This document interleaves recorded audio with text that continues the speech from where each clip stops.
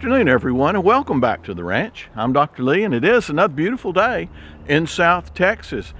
Spring has sprung. Let me tell you, it's really nice out here today, about 82 or 3 degrees. Nice little breeze, little cloud cover. It's just absolutely perfect. More specifically, welcome to moon dust. This is an area of the ranch that Matt and Mark named moon dust years ago. There's hundreds of medium-sized oak trees here. They drop tons of leaves. The sun doesn't get in here very much, so the leaves stay put. So there's always a good cover of leaves, and the soil's rich and dark and moist in here.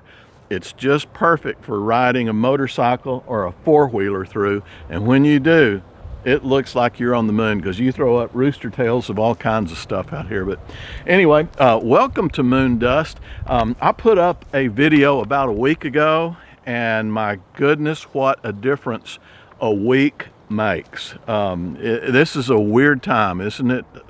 I'm almost 70 years old, and I just think, man, I've never seen anything like what the world is experiencing right now. So it's a surreal time, and it's a serious time. And I was thinking the last few days, and I don't mean to sound egotistical in this, but the groups that watch this particular channel, there's a big group between 45 and 70 years of age, but there's also another bump between about 25 and 35. And this particular video, it's for everyone, but it's especially meant for the younger group. So, and basically who I'm talking to here, I've had a lot of comments from the younger group down in the comment section making comments like, Dr. Lee, I sure wish you were my granddad.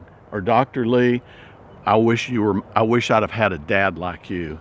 And that just breaks my heart when I read those comments, because I think, God bless you, what have you been through in your life? But because I'm just an average guy, I'm nothing special. But anyway, there's people that yearn for that relationship that never had it. So for those of you that don't have a dad, for those of you that don't have a granddad, I'm here talking to you today because there's things you need to know about this, that if you had a dad, he would set you down and have a little one-on-one with you and tell you what we're facing right now is pretty serious. And granted, there may be a lot of overreaction in all this coronavirus stuff, but I don't think there is a whole lot. But nevertheless, if it's not overreaction and it is all necessary and you treat it like it's an overreaction, you're going to regret it later. So it's always best to be safe, try to do everything you can to prevent a big problem, and then on down the road you can say, you know, you did what you needed to do. Or worst case scenario, you look back and you'll say, dang, I didn't need to buy all that toilet paper, but it's not going to go bad. But anyway, there is a lot of craziness in the stores and all. There's a lot of hysteria, and we do need to remember one thing. We're all brothers and sisters here. Our job is not to take care of me. Our job is to take care of one another. Things work better when you show kindness and you take care of your brothers and sisters, especially in this deal. You know, what we all need to do basically is self-quarantine. That's what we're doing out here on the ranch. You know, a week ago we had Abe's birthday party. You know, went in there with all kinds of people. Happy birthday to you. Happy birthday to you. Happy birthday, dear Abram. Happy birthday to you.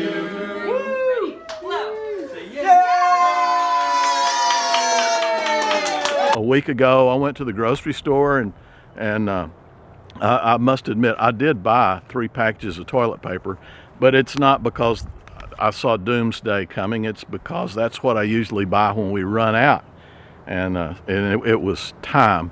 And you know, I would see a week ago, I'd see coronavirus reports on the TV, and yeah, it got my attention, but I didn't pay that much attention to it. Today, a completely different story.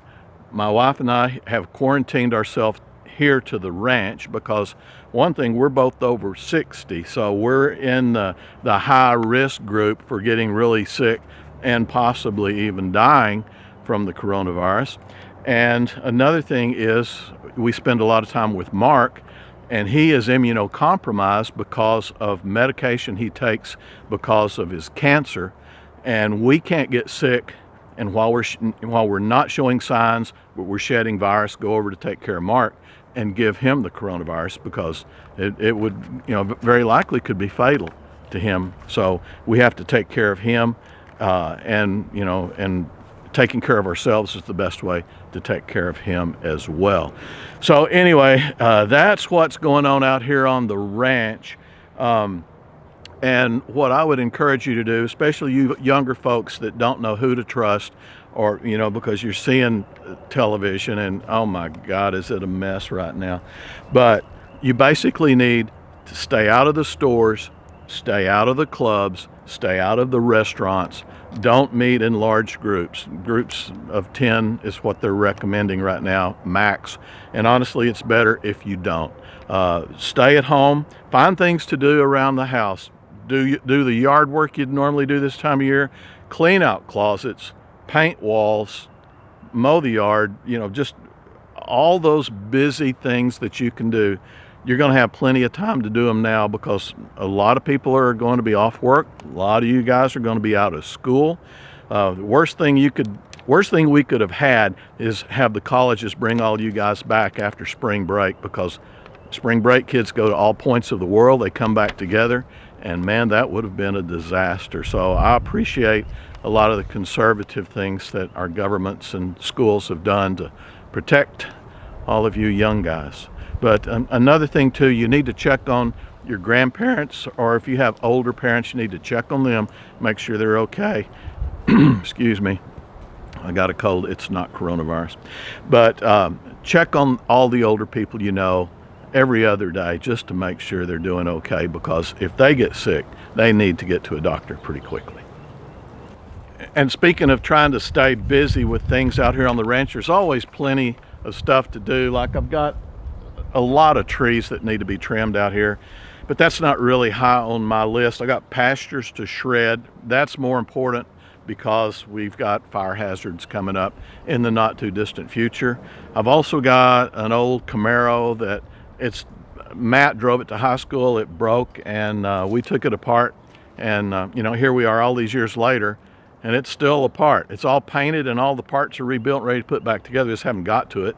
And I also have an old Corvette out in the barn, and this is its 50th year, its 50th birth year. So probably ought to drag that thing out. The headlights don't come up and down like they should on it, and probably needs a radiator and brakes for sure, and power steering leaks like crazy. The seats need new foams and new covers. So that's probably what I'm going to be doing. That's going to be the fun part of what I'm going to be doing. I also need to do some work on the house. So, but that's what you guys need to do. Be creative, find things to do, ways to spend your time besides sitting in front of the TV. That's probably the worst thing you could do. Also, exercise is big in there. And when you do need to make trips into town to get groceries or stuff from the hardware store, whatever, try to make one trip. Get everything you need so you don't have to keep going back. The virus can live about 2 or 3 hours on like tabletops and countertops. So you want to, when you get home, wash your hands really, really well. It would also be a good idea to change clothes and wash the clothes you wore into town immediately in hot soapy water. So anyway, there's you a lesson from Dad. I know you guys always like a little bit of story time with Dr. Lee, and I'll make this quick because it's starting to rain out here. But let's see, I guess it was, let me look at my cheat sheet here. There's a guy named Joseph Gayetti who had an invention back in 1857, 163 years ago. And it was an invention that caught on really, really well, really, really fast. And it was called toilet paper. And that was the first time in 200,000 years that man had toilet paper. So I guess what I'm trying to say here is we made 199,837 years just fine without toilet paper. I probably don't need to say anything more beyond that. Anyway, that was story time with Dr. Lee. I hope you enjoyed it. Let's see, guys, what else have I got for you here? Take-home points. Here's take-home points for today's video. Number one, stay at home. If you do go shopping, get everything you need. Keep your distance from other people while you're in the store. Wash your hands, change your clothes when you get home. Check on your elderly friends and relatives every other day. For all of you young people, no bars and no restaurants. If you want to have a party, buy a 6-pack and take it home. Or get you a 7-course Italian dinner, which is a pizza and a 6-pack of beer. So, all right, and you know, mostly, basically, just be respectful, be kind, share what you've got, love one another like we're supposed to, and looking back on what Uncle Floyd said, you know, in a situation like this, you know, he lived 105 years. He had some great sayings, some of them pretty funny and a little colorful, but others that just were spot on. And in a situation like this, he would say, don't worry, just pray. So we got a lot to pray for. We've got a lot going on. You know, in my family, we got a heck of a lot to pray for right now anyway. But don't worry about this. It's okay to be concerned about it. You need to be concerned. You need to pay attention to what's going on. But don't worry. Worry does not rob tomorrow of its problems. Worry robs today of its strength. And we need our strength today. So guys, that's about it from out here on the ranch. I urge you to leave comments down below if you have questions, and if all you guys would read through the comments to see if you can answer some of these people's questions, because I don't know about all that's going on in this thing for sure. My background, just, you know, being in medicine and surgery all the years, I know a little bit more than the average person, but a pandemic like this is, you know, pretty much beyond my scope. And I know there's a lot of you out there that are well versed in this. So read through the comment section if you would, answer the questions that some of these people have. Some of you specialists, I would really, really appreciate that. And again, as always, for those of you that are having problems, please put them down in the comment section so we can read through them and add you to our prayer list, or maybe help you out with some comments. Again, we're really struggling with Mark right now, so my family would really, really appreciate all the prayers and kindness that you could show us, and we would love to reciprocate as well. Well, guys, that's about it. You got my 5 take-home points. There's one more take-home point, and that is, always remember I love you.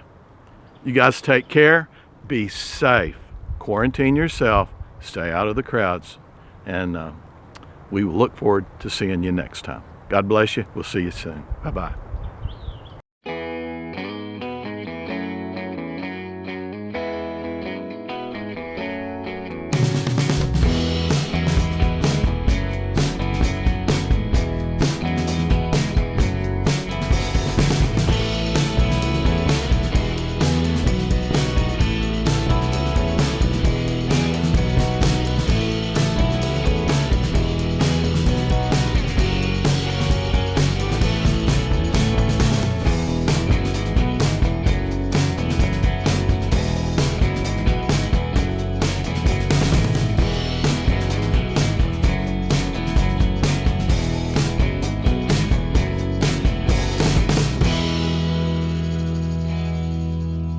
So what you doing there, Al? Neutering a dog, Dad. All right.